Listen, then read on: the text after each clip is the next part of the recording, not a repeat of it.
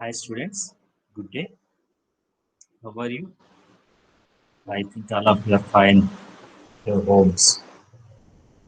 Okay. In pedagogy of mathematics, we are discussing unit 2, that is aims and objectives of teaching mathematics. Under that, the previous session, we have completed the Bloom's taxonomy of educational objectives. Bloom's విద్యా లక్ష్యాల వర్గీకరణ. So we have completed this one. Now we are going to the important concept which is directly related to classroom teaching learning process under the concept objectives. So objectives and specifications of teaching mathematics. This concept is very specific. Until we have discussed the Bloom's taxonomy and objectives of teaching mathematics in general, in the general sense. Now we are moving on to very specific. Okay, it is very useful to a teacher to prepare a lesson plan in order to teach a lesson successfully and with very confident. Okay, so here we are going to discuss the objectives and specifications which we have to frame before going to teach a lesson. Okay, so until we have discussed the Bloom's taxonomy in 3 domains, those are cognitive, affective, and psychomotor domains, which reflects with the 3 H's: head, heart, and hand. Okay, all of you know very well why 3 H's are assigned to these 3 domains. Okay, what is the relation between cognitive domain and head, and what is the relation between affective domain and heart, and what is the relation between psychomotor domain and hand? Relation or correlation, whatever. Okay, so from these 3 domains, we are going to prepare very specific objectives and specification related to particular concept. So how we frame objectives and specification related to a particular concept before going to teach a lesson in a classroom. Okay, so అంటే ఇప్పుడు వరకు 3 Bloom's classify చేసినటువంటి 3 రంగాలకు సంబంధించినటువంటి లక్ష్యాల గురించి చర్చించుకున్నాం. ఇప్పుడు స్పెసిఫిక్గా తరగతి గదిలో బోధన చేసే ముందు ఏ అంశాన్నైతే ఆ 45 నిమిషాల సమయంలో బోధించాలనుకున్నామో ఆ అంశానికి సంబంధించి లక్ష్యాలు మరియు వాటిని సాధించడానికి సోపానాలుగా ఉండేటువంటి స్పష్టీకరణను ఏ విధంగా రాసుకోవాలి అనే దాని గురించి ఇప్పుడు మనం డిస్కస్ చేయబోతున్నాం. ఈ లక్ష్యాలు స్పష్టీకరణ, లక్ష్యాలన్నీ కూడా అంటే స్పష్టీకరణ అంటే ఇప్పుడు మీకు ఇంకొక అవగాహన రావాలి. ఆల్రెడీ మనం డిస్కస్ చేసాం. What are the specification, what is the specification? So specification is nothing but a specific behavioral change. Specific behavioral change. Okay, అంటే నిర్దిష్టమైన ప్రవర్తన మార్పుని స్పష్టీకరణ అంటామని చెప్తుంది. నిర్దిష్టమైన ప్రవర్తన మార్పుని స్పష్టీకరణ అంటాం. ఈ స్పష్టీకరణ స్పెసిఫికేషన్ అనేది ఆబ్జెక్టివ్ లక్ష్యం సాధించడానికి సోపానంగా ఉంటుంది. Okay, so specifications are the stepping stones to reach an objective. Specifications are the stepping stones to reach an objective, whereas objectives are the stepping stones to reach an aim.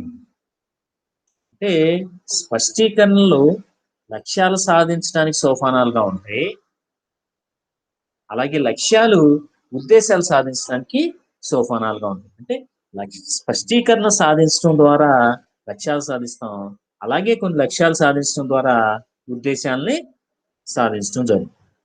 అది టోటల్గా education పరంగా అయినా లేదా subject పరంగా అయినా. Okay, so కాబట్టి ఈ లక్ష్యాలు స్పష్టీకరణలకు అంత ప్రాధాన్యత ఉంది. అంటే ఒక పాఠ్యాంశం ప్రారంభించబోయే ముందు లక్ష్యాలు స్పష్టీకరణలు కనుక నిర్దిష్టంగా స్పష్టంగా ఖచ్చితంగా రాసుకోగలిగితే తప్పనిసరిగా మనం ఆ పాఠ్యాంశం బోధనకు సంబంధించినటువంటి పాఠ్య ప్రణాళికను సమర్థవంతంగా తయారు చేసుకోగలము, రూపొందించుకోగలము. అట్ ద సేమ్ టైం ఆ పాఠ్య ప్రణాళికను, ఆ పాఠ్య పథకాన్ని అనుసరించి తరగతి గదిలో బోధన అనేది సమర్థవంతంగా చేయగలం. అది ఈ లక్ష్యాల యొక్క ప్రాముఖ్యత. అయితే ఈ లక్ష్యాలు స్పష్టీకరణలు రాసే సందర్భంలో లక్ష్యాల యొక్క లక్షణాలు కొంచెం చెప్పుకున్నావి, స్పష్టీకరణలకు కూడా అప్లై అవుతాయి. వాటిని ఒకసారి రిమైండ్ చేసుకుందాం. లక్ష్యాలు, objectives or specifications. We have to write the objectives and specifications in terms of students. విద్యార్థి పరంగా రాయాలి. That means we have to start the sentence of an objective or a specification with the pupil, student. అంటే లక్ష్యం కానీ స్పష్టీకరణ కానీ వాక్యాల రూపంలో రాసుకునేటప్పుడు విద్యార్థి పరంగా రాయాలి. అంటే ఎందుకని? ఇవన్నీ ఎక్కడ సాధిస్తాం మనం? విద్యార్థిలోనే కదా ఈ ప్రవర్తన మార్పు. ముందే చెప్పాను, ఆబ్జెక్టివ్ అంటే ప్రవర్తన మార్పు అనుకోండి, ఇంకా మీకు ఆబ్జెక్టివ్ అంటే ప్రవర్తన మార్పు అని గుర్తు రావాలి. స్పెసిఫికేషన్ అంటే that is also behavioural change, ప్రవర్తన మార్పు. అది ఇంకా నిర్దిష్టంగా ఉంటుంది, చాలా తక్కువ సమయంలో సాధిస్తాం. అంటే ఒక class room teaching learning period లో ఎన్నో స్పెసిఫికేషన్ సాధించడం ద్వారా ఒక ఆబ్జెక్టివ్ సాధిస్తాం. కాబట్టి స్పెసిఫికేషన్ అనేది, స్పష్టీకరణ అనేది చాలా నిర్దిష్టమైనది, చాలా తక్కువలో సమయంలో సాధించబడుతుంది. ఓకే, అయితే ఈ రెండింటిని రాసుకునే సందర్భంలో లక్ష్యాలు కానీ స్పష్టీకరణ కానీ కొన్ని ప్రికాషన్స్ తీసుకోవాలి, ఫాలో అవ్వాలి అని చెప్పాం. ఇంపార్టెంట్ గా అవి ఏంటంటే, మళ్ళీ ఇప్పుడు స్పష్టీకరణలు రాయబోతున్నాం కాబట్టి ఆబ్జెక్టివ్స్ అండ్ స్పెసిఫికేషన్స్, లక్ష్యాలు స్పష్టీకరణలు వాటి గురించి తెలుసుకోబోతున్నాం కాబట్టి అవి ఏ విధంగా రాయాలి అనే దాంట్లో పరిశీలించినట్లయితే, first of all it should be written in terms of student, either objective or specification. లక్ష్యం కానీ స్పష్టీకరణ కానీ విద్యార్థి పరంగా రాయగలను. అంటే ఈ పాఠ్యాంశం బోధించడం వల్ల విద్యార్థి సో అండ్ సో చేంజ్ వచ్చును బోధించిన తర్వాత. ఓకే, ఈ విధంగా ఉంది. నెక్స్ట్ ఇంకోటి ఏం చెప్తున్నాం అంటే, ఇంపార్టెంట్ గా ప్రతి ఆబ్జెక్టివ్ స్టేట్మెంట్ కానీ స్పెసిఫికేషన్ స్టేట్మెంట్ కానీ కంటెంట్ పార్ట్ ఉండాలి, బిహేవియరల్ చేంజ్ సంబంధించిన పార్ట్ ఉండాలి. అంతే కదా, మనం చెప్పుకున్నాం స్టేట్మెంట్ లో కంటెంట్ పార్ట్, బిహేవియరల్ చేంజ్ సంబంధించిన part. Okay, so the statement of an objective or a specification should contain content part and behavioral change part. Content part and behavioral change part. So we have to write the sentence of an objective like this: the pupil will acquire the knowledge of triangles. People will acquire the knowledge of triangles. విద్యార్థి త్రిభుజము యొక్క జ్ఞానాన్ని లేదా త్రిభుజము అనే పాఠ్యాంశానికి సంబంధించిన జ్ఞానాన్ని పొందును. This is the objective statement of an objective related to the topic triangles framed by us. అంటే మనం టీచర్ గా ఈరోజు క్లాస్ లో త్రిభుజాలు అనే పాఠం చెప్పబోయే ముందు మనం లక్ష్యాలు రాసుకున్నాం. మొదటి లక్ష్యం ఏంటంటే, విద్యార్థి త్రిభుజము అనే గణిత పాఠ్యాంశానికి సంబంధించిన జ్ఞానాన్ని పొందును. ఇక్కడ కంటెంట్ పార్ట్ ఏంటి? త్రిభుజం. బిహేవియరల్ చేంజ్ పార్ట్ ఏంటి? జ్ఞానం పొందడం, అక్వైరింగ్ ది నాలెడ్జ్. అంటే ఈ ఆబ్జెక్టివ్ అంటే ఏం చెప్పుకున్నాం? Behavioural change. ఇది ఎప్పుడు అచీవ్ అవ్వాలి? With the teaching of particular concept in the particular period. అంటే ఈ పాఠం పూర్తయిన తర్వాత విద్యార్థి ఏం చేయగలిగి ఉండాలి? త్రిభుజాలకు సంబంధించిన జ్ఞానాన్ని పొందగలిగి ఉండాలి. పొందాడు లేడు అని ఎలా టెస్ట్ చేస్తాం? ఎలా పొందటం జరుగుతుందంటే వాటి యొక్క స్పష్టీకరణ ద్వారా. ఓకే, స్పష్టీకరణలు ఏంటి అంటే అదే చూడబోదు.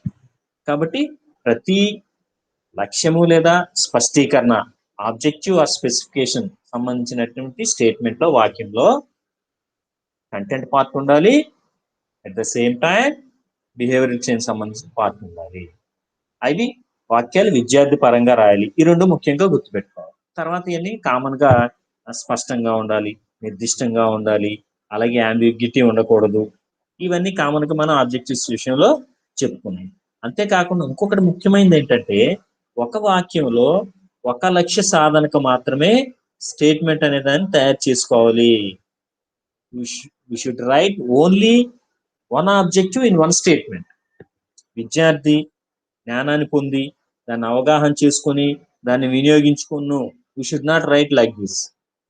we should write the sentence with only one objective at once. అంటే ఒకసారి ఒక లక్ష్యం మాత్రం సాధించడం కోసమే వాక్య నిర్మాణం జరగాలి, అలాగే ప్రయత్నం అనేది జరగాలి. సో ఈ విధంగా లక్ష్యాలు స్పష్టీకరణ రాసుకునే సందర్భంలో మనం జాగ్రత్తలు తీసుకొని లక్ష్యాలు స్పష్టీకరణలో రాయవచ్చు. ఓకే, అయితే ఇప్పుడు గణితానికి సంబంధించినటువంటి instructional objectives and specifications. Instructional objectives and specifications వీటిని ఒకసారి పరిశీలి. Okay, first one is knowledge. ఇది ఈ ఆబ్జెక్టివ్ ఎక్కడ తీసుకున్నాం, ఏ డొమైన్ నుంచి తీసుకున్నాం తెలుసా? Cognitive domain. సో ఇక్కడ మనం 3 డొమైన్ల నుంచి ఆబ్జెక్టివ్స్ ని తీసుకొని వాటిని, అంటే అక్కడ 3 డొమైన్లో ఉన్నటువంటి ఆబ్జెక్టివ్స్ ని యాజ్ ఇట్ ఈజ్ గా ఇక్కడ తీసుకుంటాం. వాటిలోంచి కొన్నిటిని తీసుకొని according to the educational environment, teaching environment of our Indian educational system, we may select some objectives from some domains. Okay, ఈ 3 డొమైన్స్ లోంచి కొన్ని ఆబ్జెక్టివ్స్ తీసుకొని మనం వాటిని టీచింగ్ లెర్నింగ్ ప్రాసెస్ లో మనం ఫ్రేమ్ చేసుకోవడం అనేది జరుగుతుంది. So see this, first one is objective knowledge. This is from cognitive domain. The pupil acquires knowledge of terms, concepts, symbols, definitions, principles, process and formula of the subject mathematics. Knowledge అనే objective సంబంధించిన statement ఏ విధంగా రాసామో చూడండి. The pupil acquires the knowledge of terms, concepts, symbols, definitions, principles, process and formula of the subject mathematics. So ఎందుకు ఇక్కడ ఈ విధంగా రాసాము? మనం అక్కడ డొమైన్స్ డిస్కస్ చేసేటప్పుడే చెప్పాం, నాలెడ్జ్ అంటే ఏంటి, జ్ఞానం అనే లక్ష్యం దేని తెలియజేస్తుంది, ఏ విషయాలనైతే గణిత పరంగా, ఏ అంశాలనైతే విద్యార్థి బోధించిన సందర్భంలో గుర్తుంచుకొని వాటిని యథాతథంగా తిరిగి చెప్పగలడో లేదా ఆ భావనలు గుర్తించగలడో అటువంటి అంశాలన్నిటినీ జ్ఞానము అనేటువంటి లక్ష్యం కింద చేర్చడం జరిగింది, జ్ఞానం అని చెప్పడం జరిగింది. The pupil acquires knowledge of terms, mathematical concepts, symbols, mathematical definitions, principles, process and formula of the subject mathematics. విద్యార్థి గణిత పదాలు, భావనలు, గుర్తులు, నిర్వచనాలు, సూత్రాలు, పద్ధతులు, నియమాలు మొదలవానికి సంబంధించిన జ్ఞానాన్ని పెంపొందించుకును. In Telugu how to write the sentence like this. విద్యార్థి, మనం ఇందాక చెప్పుకున్నాం, ప్రతి ఆబ్జెక్టివ్ సెంటెన్స్ కానీ స్పెసిఫికేషన్ సెంటెన్స్ కానీ ఈ విధంగా రాయాలి. విద్యార్థి గణిత పదాలు, భావనలు, గుర్తులు, నిర్వచనాలు, నియమాలు, ప్రక్రియలు మరియు సూత్రాలు మొదలగు వానికి సంబంధించిన జ్ఞానాన్ని పెంపొందించుకును. ఈ విధంగా రాయవచ్చు. ఇది జనరల్ స్టేట్. ఇది జనరల్ స్టేట్మెంట్. ఇప్పుడు ఒక ఎగ్జాంపుల్ ని దీనికి అప్లై చేద్దాం. స్పెసిఫిక్ గా రాసేటప్పుడు అంటే మనం ఇది జనరల్ స్టేట్మెంట్స్ చెప్పుకున్నాం కామన్ గా. ఇప్పుడు స్పెసిఫిక్ ఈ రోజు మనం క్లాస్ లో ఒక టాపిక్ తీసుకుంటున్నాం, క్లాస్ లో ఒక టాపిక్ చెప్తున్నాం, ఆ టాపిక్ రాయాలి. ఏ విధంగా అప్లై చేయాలి? ఫర్ ఎగ్జాంపుల్ ఒక టాపిక్ తీసుకుందాం. ఫర్ ఎగ్జాంపుల్ మాత్రికలు అనుకుందాం, మ్యాథ్స్.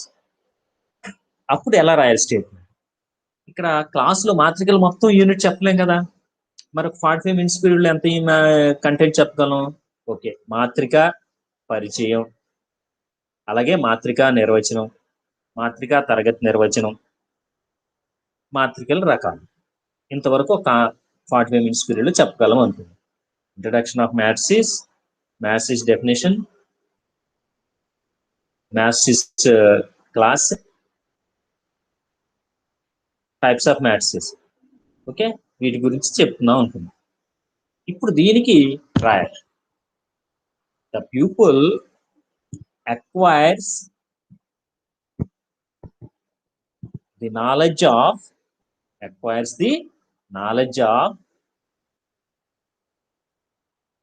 ఏం అప్లై చేయాలి చూడండి, అవన్నీ రాయాలి అక్కడ. Terms, concepts, symbols, definitions, principles, process and formula of the subject mathematics.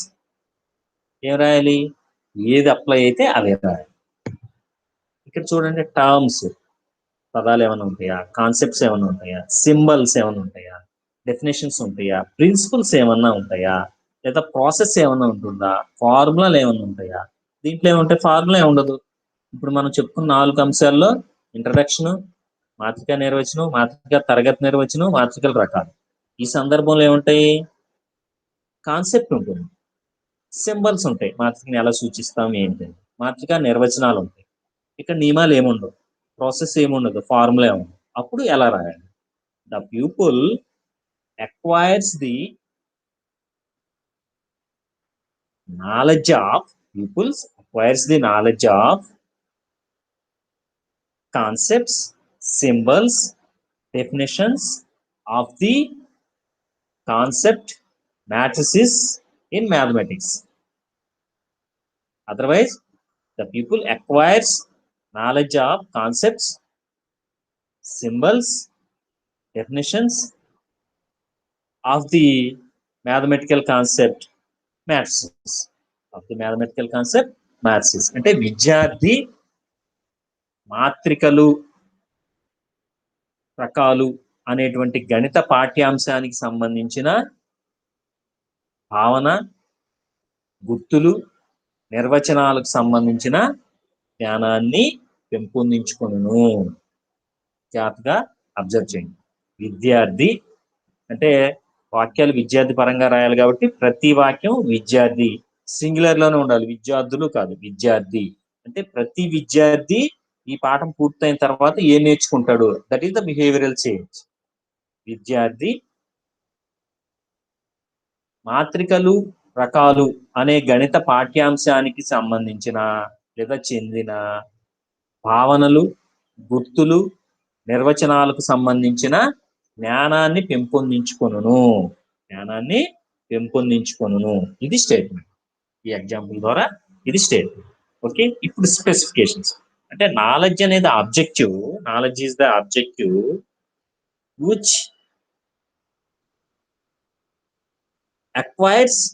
which fulfills with the help of, otherwise with achieving the specifications, recall and recognizes. అంటే గుర్తించును, గుర్తు తెచ్చుకొను అనేటువంటి స్పష్టీకరణ సాధన ద్వారా జ్ఞానము అనే లక్ష్యం సాధించబడుతుంది. అంటే జ్ఞానము అనే లక్ష్యం సాధించబడాలి అంటే, నాలెడ్జ్ అనేటువంటి ఆబ్జెక్టివ్ సాధించబడాలి అంటే రీకాల్, రికగ్నైజెస్ అనేటువంటి స్పెసిఫికేషన్స్ అచీవ్ చేయబడాలి. అంటే ఇప్పుడు ఇక్కడ నాలెడ్జ్ ఏంటి?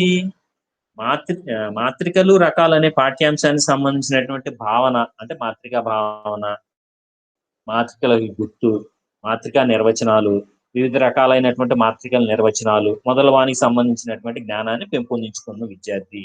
ఆ పెంపొందించుకున్న లేదనేది ఎలా చెప్పగలం?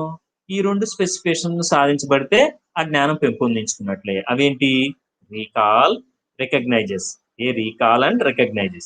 The pupil recalls the terms, concepts, symbols, definitions, principles, process and formula of the subject mathematics. ఇక్కడ ఏమైతే స్టేట్మెంట్ లో రాసామో అవే ఇక్కడ, అంటే మనం ఏమందిస్తే అయ్యే కదా రికాల్ చేస్తాడు. నిర్వచనం చెప్తే నిర్వచనం గుర్తు తెచ్చుకుంటాడు, సింబల్ చెప్తే సింబల్ గుర్తు తెచ్చుకుంటాడు, ప్రిన్సిపల్ చెప్తే ప్రిన్సిపల్ గుర్తు తెచ్చుకుంటాడు, ప్రాసెస్ ప్రక్రియ చెప్తే ప్రక్రియ గుర్తు తెచ్చుకుంటాడు, ఫార్ములా సూత్రం చెప్తే సూత్రం గుర్తు తెచ్చుకుంటాడు. ఏ భావనకైతే చెప్పామో ఆ భావనకు సంబంధించిన ఇవన్నీ గుర్తు తెచ్చుకుంటాడు. సో కాబట్టి recall. Recognises, the people recognises the terms, concept, symbol, definitions, principles, process and formula of the subject mathematics. ఏవైతే మనం విద్యార్థి జ్ఞానాన్ని అందించామో ఆ జ్ఞానానికి సంబంధించిన వాటన్నింటినీ విద్యార్థి గుర్తించడం జరుగుతుంది. ఇవి నాలెడ్జ్ అనే ఆబ్జెక్టివ్ ఈ రెండింటి ద్వారా అచీవ్ చేయబడుతుంది. ఇప్పుడు చూద్దాం, ఇక్కడ మాత్రిక అప్లై చేసాం, దీనికి ఎలా రాస్తాం అంటే ఇక్కడ ఈ స్టేట్మెంట్ ఎలా ఉంటే రిలేటెడ్ గానే ఈ రెండు స్పెసిఫికేషన్ సంబంధించిన స్టేట్మెంట్ ఉన్నది. The people recalls the concept, symbols, definitions of the mathematical concepts, matrices. Okay, అంటే విద్యార్థి మాత్రికలు అనే గణిత పాఠ్యాంశానికి సంబంధించిన భావనలు, గుర్తులు, నిర్వచనాలను గుర్తుకు తెచ్చుకొనును. Okay, recognises. The people recognises the terms, concept, symbol, definitions, principles, process and formula of the subject mathematics. The pupil recognises the concept, symbol and definitions of the mathematical concept, matrices and types. విద్యార్థి మాత్రికలు, రకాలు అనే గణిత పాఠ్యాంశానికి సంబంధించినటువంటి భావనలు, గుర్తులు, నిర్వచనాలు మొదలగు వానిని గుర్తించును. రీకాల్ చేస్తాడు, ఇక్కడ రికగ్నైజ్ చేస్తున్నాడు. ఈ రెండు సాధించబడితే, ఈ రెండు స్పెసిఫికేషన్ సాధించబడితే నాలెడ్జ్ అనే ఆబ్జెక్టివ్ సాధించబడినట్లు. అంటే దీన్ని ఎలా టెస్ట్ చేస్తాం? ఫర్ ఎగ్జాంపుల్ ఈ ఆబ్జెక్టివ్ ఎప్పుడు అచీవ్ చేయబడుతుంది? క్లాస్ రూమ్ 45 నిమిషాల పీరియడ్ లో బోధన అయిపోయిన తర్వాత నాలెడ్జ్ అనే ఆబ్జెక్టివ్ అచీవ్ అయిందా లేదా తెలుసుకోవాలి. ఎలా తెలుసుకుంటాం అంటే రీకాల్ రికగ్నైజేషన్ టెస్ట్ చేస్తే తెలుసుకోవాలి. అంటే ఫర్ ఎగ్జాంపుల్ ఒక విద్యార్థిని లేపి మాత్రికా నిర్వచనం చెప్పమన్నాం. మాత్రికా నిర్వచనం యాజ్ టీజ్ గా మనం ఏం చెప్పామో అది చెప్తే అంటే రీకాల్ అనే ఆబ్జెక్టివ్ స్పెసిఫికేషన్ అచీవ్ అయింది, రీకాల్ అనేటువంటి స్పష్టీకరణ అచీవ్ అయిందని చెప్పచ్చు. రికగ్నైజ్, ఈ క్రింది వానిలో ఒక 4 సింబల్స్ నోటేషన్స్ ఇచ్చి ఈ క్రింది వానిలో మాత్రికను గుర్తించుము అన్నాం.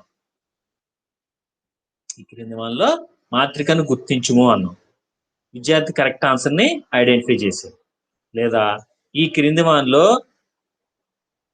ఒక మాత్రిక ఇచ్చేసి ఈ క్రింది వానిలో మాత్రిక యొక్క తరగతి ఏది, లేదా ఒక మాత్రిక ఇచ్చి ఈ మాత్రిక యొక్క తరగతి ఏది, what is the class of this matrices అని ఏబిసిడి ఆప్షన్స్ ఇచ్చాం. ఆ మాత్రిక యొక్క తరగతిని విద్యార్థి గుర్తించాలి. అంటే భావన రీకాల్ చేసుకున్నా, డెఫినేషన్ రీకాల్ చేసుకున్నా, లేదా గుర్తించిన నాలెడ్జ్ అనే ఆబ్జెక్టివ్ అచీవ్ అయిందని చెప్పవచ్చు. అంటే విద్యార్థి తరగతి గదిలో మనం బోధించే అంశానికి సంబంధించి ఎటువంటి జ్ఞానాన్ని అందించామో ఆ జ్ఞానాన్ని గుర్తు చేసుకోగలిగి ఉండాలి, మరియు తగు సందర్భాల్లో గుర్తించగలిగి ఉండాలి. అలా చేసినప్పుడు మాత్రమే లక్ష్యం అనేటువంటి ఆబ్జెక్టివ్, లక్ష్యం అనేటువంటి జ్ఞానం అనేటువంటి ఆబ్జెక్టివ్ అచీవ్ చేయబడిందని చెప్పవచ్చు. So the objective knowledge will achieve with the help of the specifications recall and recognizes. So these two are the specifications of the objective knowledge. ముందే చెప్పుకున్నాం, స్పష్టీకరణ అంటే ఏంటి? స్పెసిఫిక్ బిహేవియరల్ చేంజెస్, నిర్దిష్ట ప్రవర్తన మార్పు. Very specific, very narrower. We may achieve those specification within the no time of span, within very short time. తక్కువ సమయంలోనే achieve చేయగలుగుతాం. జ్ఞానము అనే ఆబ్జెక్టివ్ అచీవ్ చేయాలి మాత్రికలు, రకాలైన పాఠ్యాంశానికి సంబంధించి. ఎంత టైం పడుతుందండి? 45 నిమిషాల పీరియడ్ లో జ్ఞానము మాత్రికా నిర్వచనానికి సంబంధించిన జ్ఞానం అచీవ్ చేయాలంటే మ్యాటర్ ఆఫ్ 10 minutes. 10 minutes లో నాలెడ్జ్ అనే ఆబ్జెక్టివ్ ని అచీవ్ చేయగలం. జ్ఞానం అనే మాత్రికా నిర్వచనానికి సంబంధించిన జ్ఞానాన్ని అచీవ్ చేసాం లేదా అలా తెలుసుకోగలం. విద్యార్థి నిర్వచనం మళ్ళా యథాతథంగా చెప్పగలిగితే నాలెడ్జ్ అనే ఆబ్జెక్టివ్ అచీవ్ అయినట్టు, లేదా మాత్రికను గుర్తించగలిగితే యథాతథంగా గుర్తించగలిగితే నాలెడ్జ్ అనే ఆబ్జెక్టివ్ అచీవ్ అయినట్టు. So the objective knowledge will achieve with the help of otherwise achieving the specifications recall and recognizes. This is the objective knowledge. Okay, the జ్ఞానం అనేటువంటి లక్ష్యము, జ్ఞానం అనేటువంటి లక్ష్యము గుర్తు తెచ్చుకొనుట, గుర్తించుట అనేటువంటి రెండు స్పష్టీకరణలను సాధించడం ద్వారా జ్ఞానం అనేటువంటి లక్ష్యాన్ని సాధించవచ్చు. Okay, next coming to the next objective, understanding. Next objective, understanding. Okay, అవగాహన, అవబోధము, comprehension or understanding. The pupil develops understanding of terms, concepts, symbols, definitions, principles, process and formula of the subject mathematics. General గా రాస్తున్నాం కాబట్టి subject mathematics అని రాసాం. ఇదే మనం discuss చేసుకున్న example కి అప్లై చేస్తే the pupil develops understanding of concept, symbols, definitions of the mathematical concept, matrices and types. Matrices and types. విద్యార్థి మాత్రికలు, రకాలు అనేటువంటి గణిత పాఠ్యాంశానికి సంబంధించిన భావనలు, గుర్తులు, నిర్వచనాలు మొదలగు వాణిని అవగాహన చేసుకొనును. Okay, right. ఇక్కడ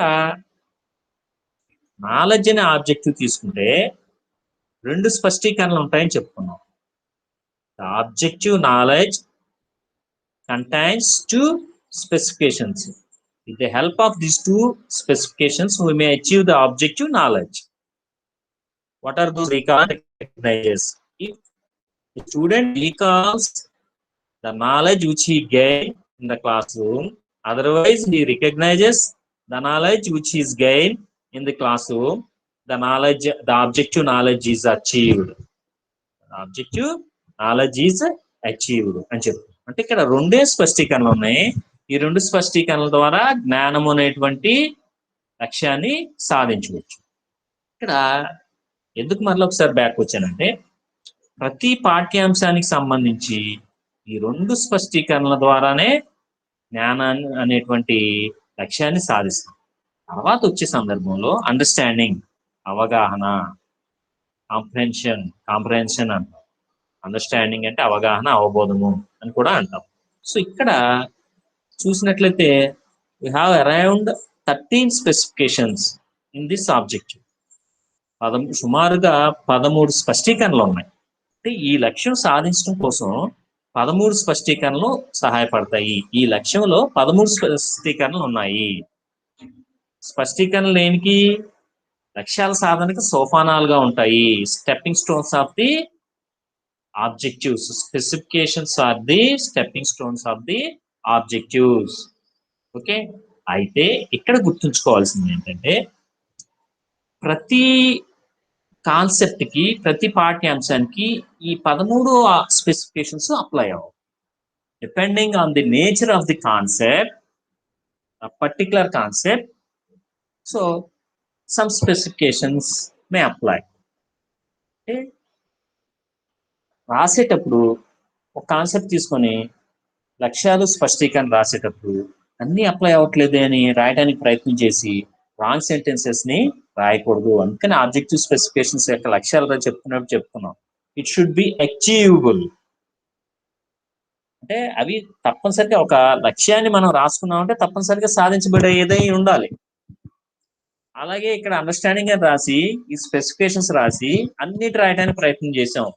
ఇక్కడ ఉన్నాయి కాబట్టి అన్ని రాయాలని చూసినప్పుడు అన్ని అప్లై చేయలేము, సరిగా రాయలేము. అప్పుడు అంబిగ్విటీ ఉంటుంది. అవి సాధించవచ్చు, సాధించలేకపోవచ్చు. కాబట్టి ఏదైతే అప్లై అవుతుందో అదే రాయాలి. చూడండి, first one gives illustrations. The people gives illustrations for mathematical concepts. ఇక్కడ మనం తీసుకున్న ఎగ్జాంపుల్కి ఏం రాస్తాం? The people gives illustrations to the mathematical concept matrices. విద్యార్థి మాత్రిక అనే భావనకి ఉదాహరణలు ఇవ్వగలుగును. అంటే ఇంకొన్ని మాత్రికలు రాయగలుగుతాడు. ఎప్పుడు రాయగలడు? మాత్రికకు ఉదాహరణ ఎప్పుడు చెప్పగలడు? మాత్రిక అనేటువంటి భావనకు సంబంధించిన జ్ఞానం, నాలెడ్జ్ అచీవ్ అయితేనే. అండర్స్టాండింగ్ అంటే ఎగ్జాంపుల్స్ రాయగలడు. Gives illustrations, nothing but giving examples. Gives illustrations is nothing but giving examples to a particular concept. ఏదైతే నాలెడ్జ్ మనం పెంపొందించుకున్నామో దానికి సంబంధించి ఉదాహరణలు ఇవ్వగలడు. ఇప్పుడు క్లాస్లో సమితుల నిర్వచనాలు చెప్పాం. ఇప్పుడు సమితి అనే భావనకి ఉదాహరణ ఇవ్వగలడు. అంటే సమితి అనే భావనకి ఉదాహరణ అడిగినప్పుడు విద్యార్థి ఇస్తే మనం అందించిన సమితి అనే జ్ఞానం అవగాహన అయినట్లు. మనం అందించిన సమితి అనే జ్ఞానం అవగాహన అయినట్లు.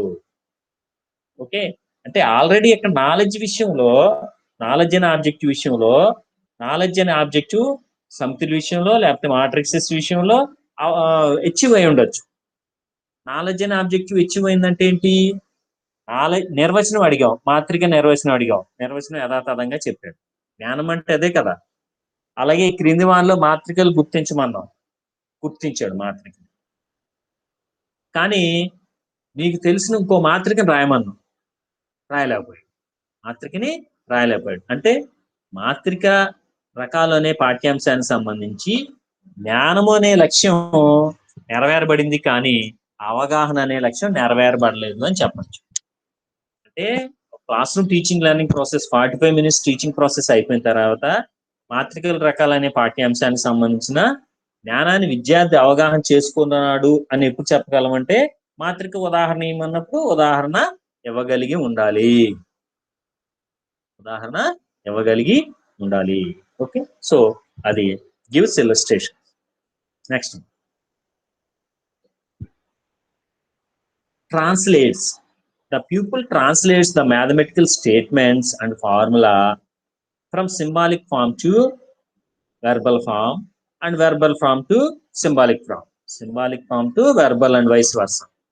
Otherwise, you may say that vice versa. You know that vice versa in mathematics.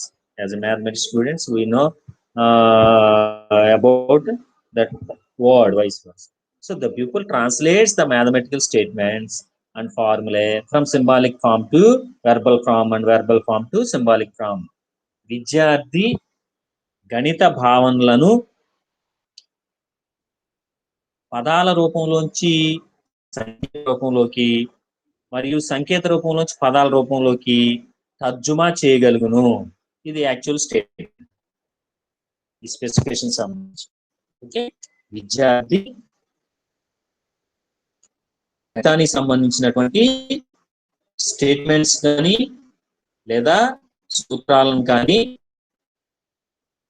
పదాల రూపం నుంచి సంకేతాల రూపంలోకి, అంటే గుర్తుల రూపంలోకి, అలాగే సంకేత రూపం నుంచి పదాల రూపంలోకి మార్పు చేయగలుగును. The pupil translates the mathematical statements and formulae from symbolic form to verbal form. Verbal అంటే పదాలు, and verbal form to symbolic form. Symbolic అంటే గుర్తులు, సంకేతాలు, సంజ్ఞలు మొదలు.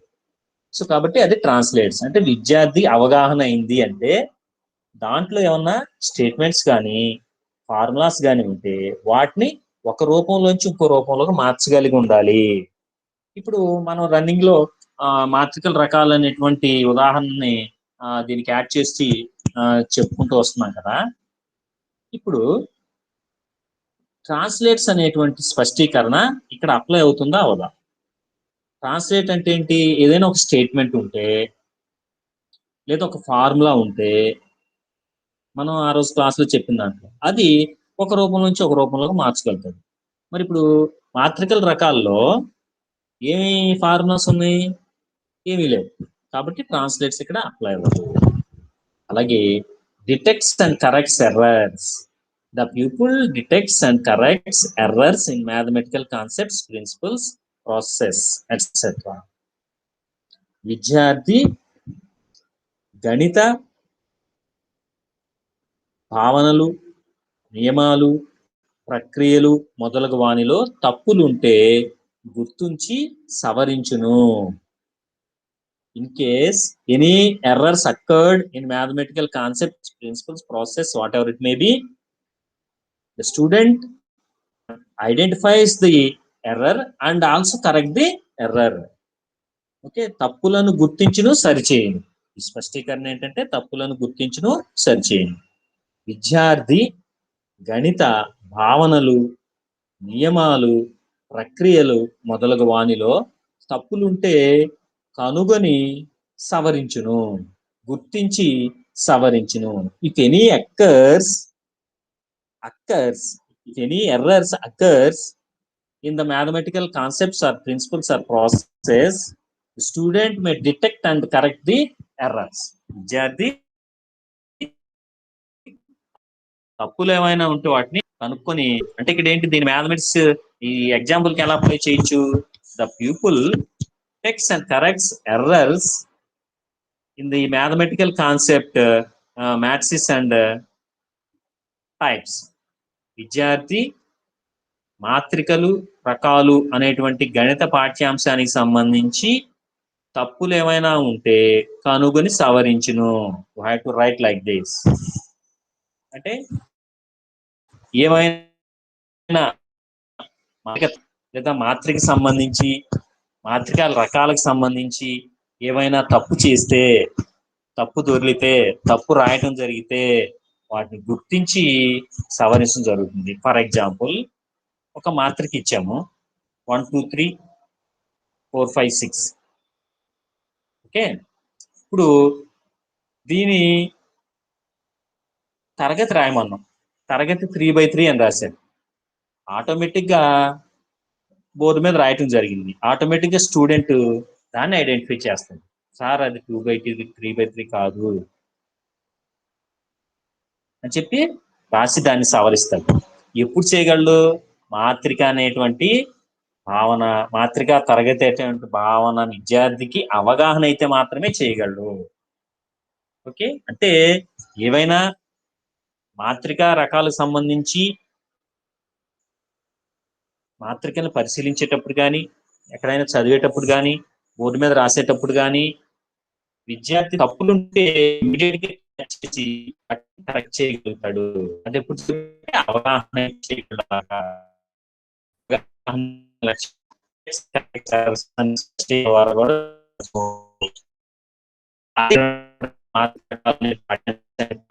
అప్లై చేయవచ్చు.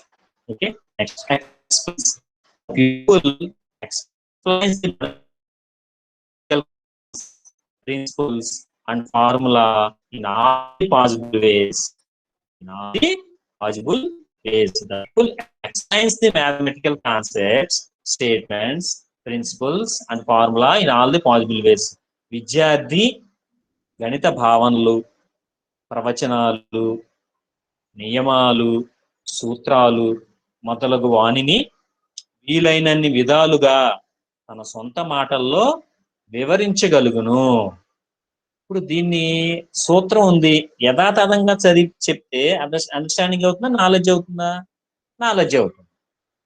మరి అండర్స్టాండింగ్ అంటే దాన్ని సొంత మాటలు చెప్పగలిగి ఉండాలి, దాని గురించి ఇంకా వివరించగలిగి ఉండాలి. దాని గురించి ఇంకా వివరణ తన సొంత మాటల్లో చెప్పగలిగి ఉండాలి.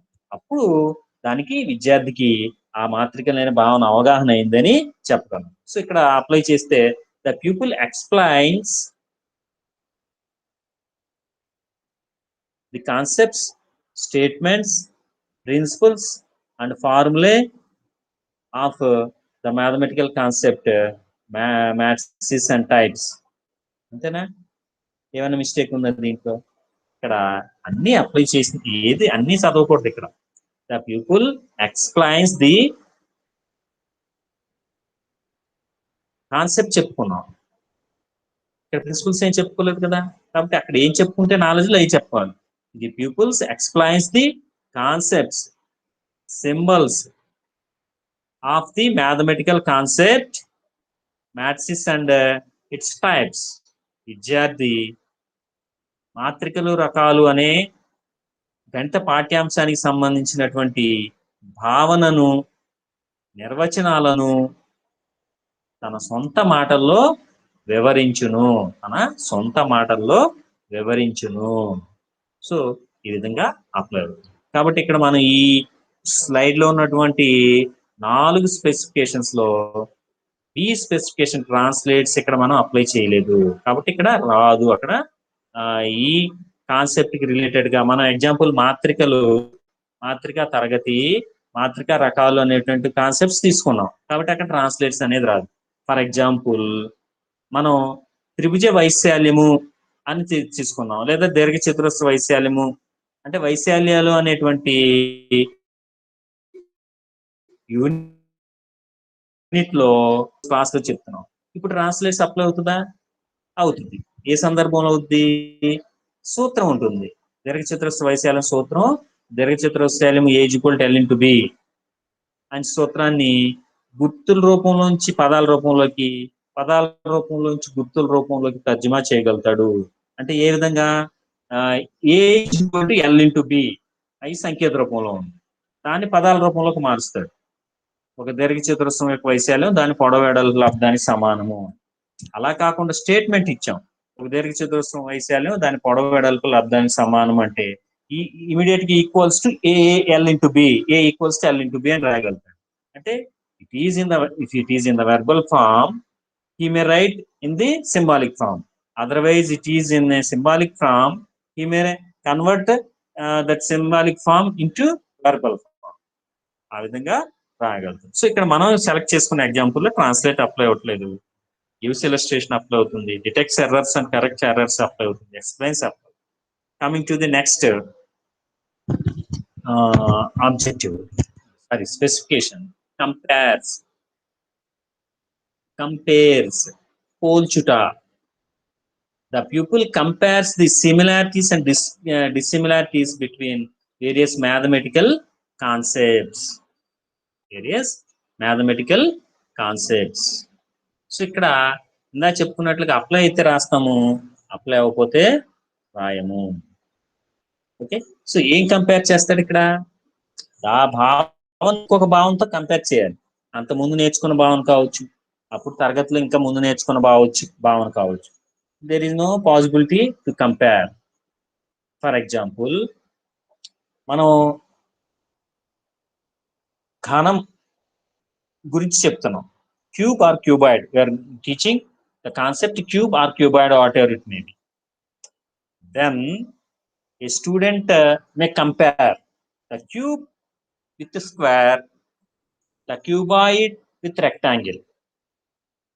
సో ఇక్కడ మనం దీర్ఘఘనము గురించి చెప్పే సందర్భంలో విద్యార్థి దీర్ఘఘనం అనేటువంటి భావాన్ని దీర్ఘ చతురస్రం అనే భావంతో పోల్చగలుగుతాడు, ఘనం అనేటువంటి భావాన్ని చతురస్రం అనే భావంతో పోల్చగలుగుతాడు. అది కంపారిజన్. ద పీపుల్ కంపారిటీస్ అండ్ డిస్సిమిలారిటీస్, సామ్య భేదాలు, పోలికలు మరియు తేడాలని, వేరియస్ మ్యాథమెటికల్ కాన్సెప్ట్స్ అంటే మనం చెప్పబోయే పాఠ్యాంశానికి సంబంధించి, అంటే మనం ఏ అంశానికైతే ఏ పాఠానికైతే ఆబ్జెక్ట్ చూసుకో ఆ పాఠానికి సంబంధించి వేరే పాఠంతో వేరే అంశంతో ఏదైనా కంపారిజన్ ఉంటే అప్పుడు చేయగలుగుతారు. ఓకే, ఆ విధంగా. కానీ ఇక్కడ ఏమి లేదు కాబట్టి ఇక్కడ చేయలేదు. అలాగే discriminates, the pupil discriminates between the related concepts and statements of mathematics. విద్యార్థి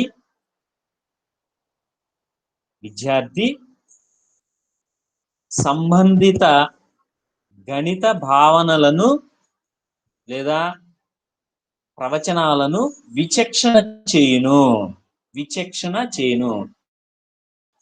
కంపారిజన్ జరిగితే డిస్క్రిమినేషన్ అనేది, విచక్షణ అనేది జరుగుతుంది. కంపారిజన్ రాదు.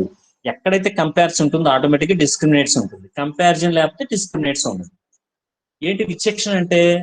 జనరల్ గా మనం మాట్లాడుతాం సొసైటీలో, సరే వాడు విచక్షణ జ్ఞానాన్ని కోల్పోయాడు రా అంట. ఓకే, అలాగే మనం విచక్షణ చేస్తాం, అరే వీడికంటే వీడు మంచోడు, దాన్ని డిస్క్రిమినేట్ చేయటం అంట. ఎక్స్ కంటే వై మంచోడు రా. ఎలా చేయగలుగుతున్నాం, ఎలా చెప్పగలుగుతున్నాం? Because of the comparison. మనం కంపేర్ చేసాం కాబట్టి, అంటే ఎక్స్ వై ఇద్దరిని కంపేర్ చేసాం. ఎక్స్ ఎలా, అతని యొక్క లక్షణాలు ఏంటి, వై లక్షణాలు ఏంటి కంపేర్ చేసి వీళ్ళిద్దరు ఎవరు మంచోళ్ళు చెప్తున్నాం. ఎక్స్ మంచోడు రా వై కంటే అన్న. ఎలా చెప్పగలిగా అంటే పోల్చావు. ఎక్స్ రోజు స్కూల్ వస్తాడు, వై రోజు రెగ్యులర్ గా స్కూల్ కి రాడు. ఎక్స్ క్లాస్ రూమ్ లో అన్ని పాఠాలు చక్కగా వింటాడు, యాక్టివ్ గా ఉంటాడు. వై క్లాస్ రూమ్ లో లెసన్స్ అన్ని సరిగ్గా వినడు, యాక్టివ్ గా టీచింగ్ లెర్నింగ్ యాక్టివ్.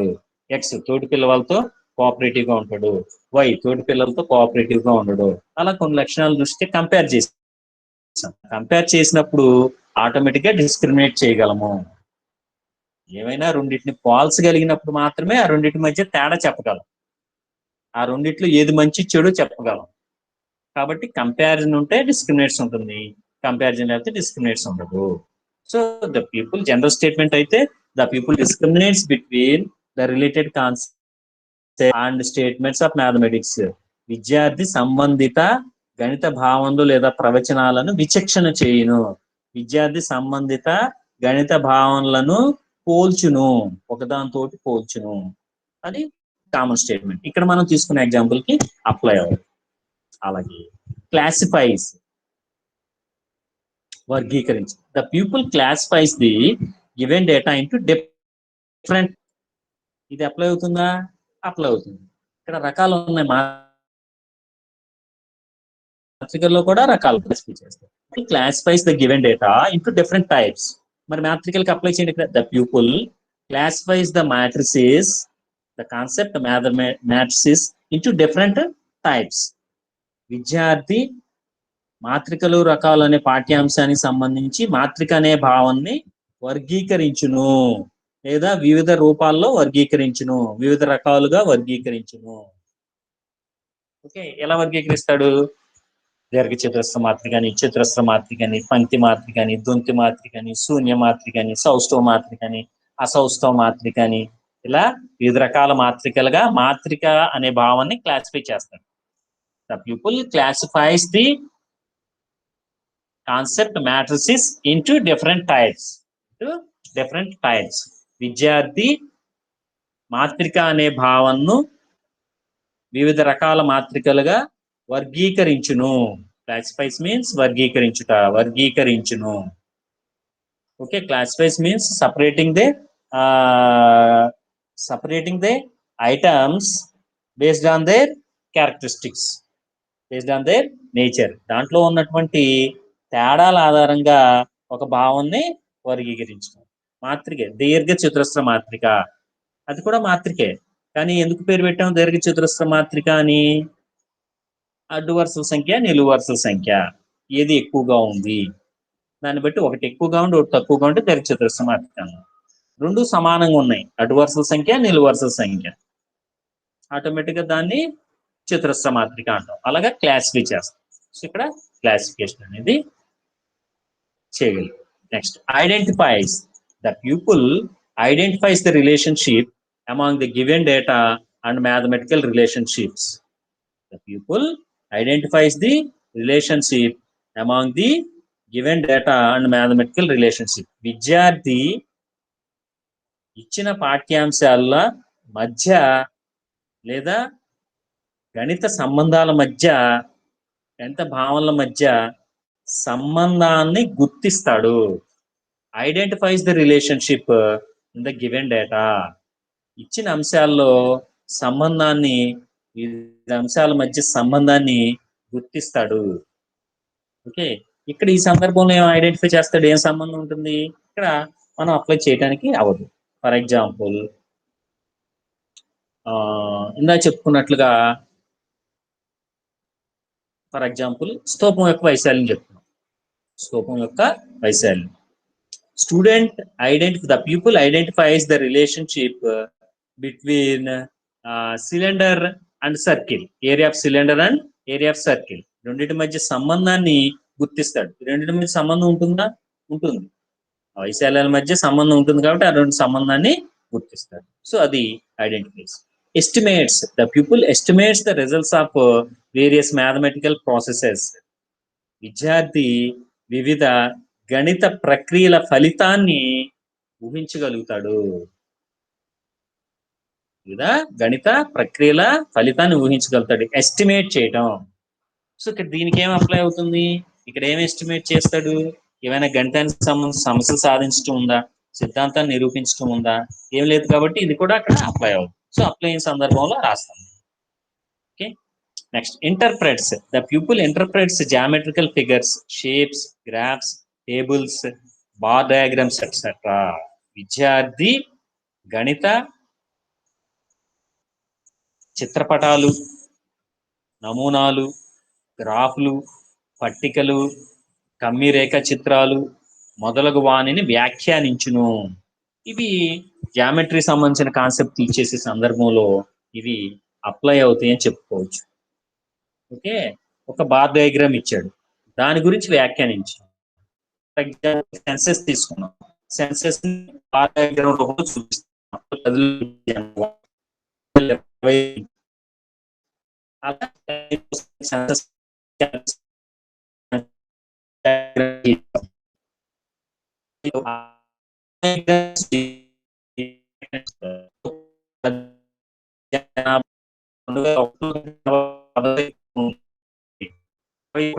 ఉంది.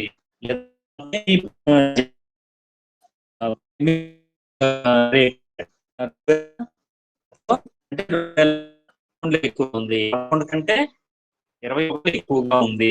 ఈ విధంగా డయాగ్రామ్ చూసి దాని గురించి చెప్పగలిగి ఉంటాడు.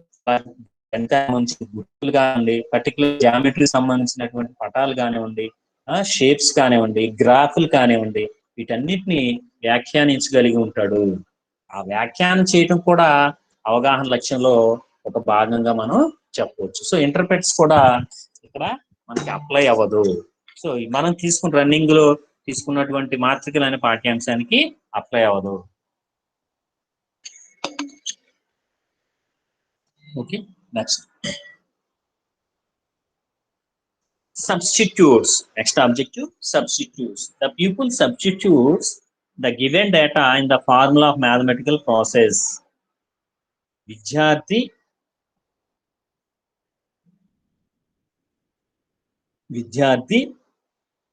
గణిత ప్రక్రియలలో వాటి యొక్క సూత్రాలలో ఇచ్చిన విలువలను ప్రతిక్షేపించును. విద్యార్థి ఇచ్చిన విలువలను సూత్రాలలో లేదా గణిత ప్రక్రియలలో ప్రతిక్షేపించును. The pupil substitutes the given data in the formula of mathematical processes. So ఇక్కడ సబ్స్టిట్యూషన్ అనేది కూడా ఏమైనా ప్రాబ్లమ్స్ ఉంది, ఫార్ములా ఉంటే అక్కడ అప్లై అవుతుంది. మనం ఇక్కడ తీసుకున్నటువంటి ఎగ్జాంపుల్లో ఏం లేదు కదా మాత్రికల్, కాబట్టి ఆటోమేటిక్ గా అప్లై అవుతుంది. సైడ్స్.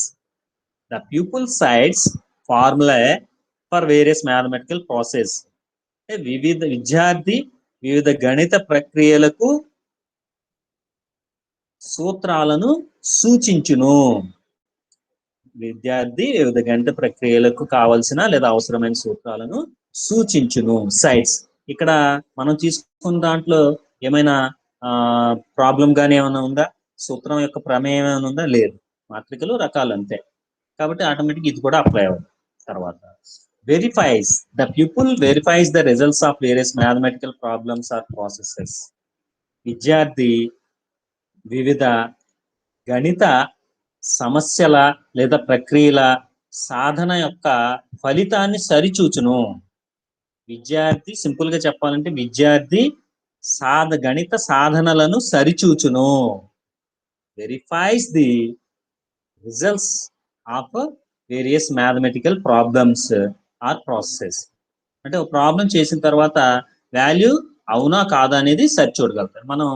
మనం చెప్పుకున్నాం, ఎక్కడ నేచర్ లో చెప్పుకున్నాం, వెరిఫికేషన్ అనేది ఒక యూనిక్ క్యారెక్టరిస్టిక్ ఆఫ్ మ్యాథమెటిక్స్ అని.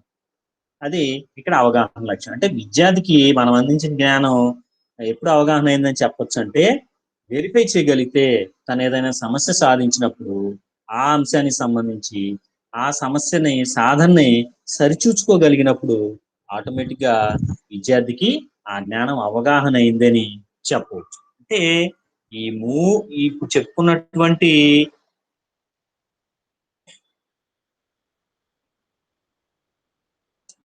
మూడు స్పష్టీకరణల ద్వారా లక్ష్యం సాధించబడుతుంది.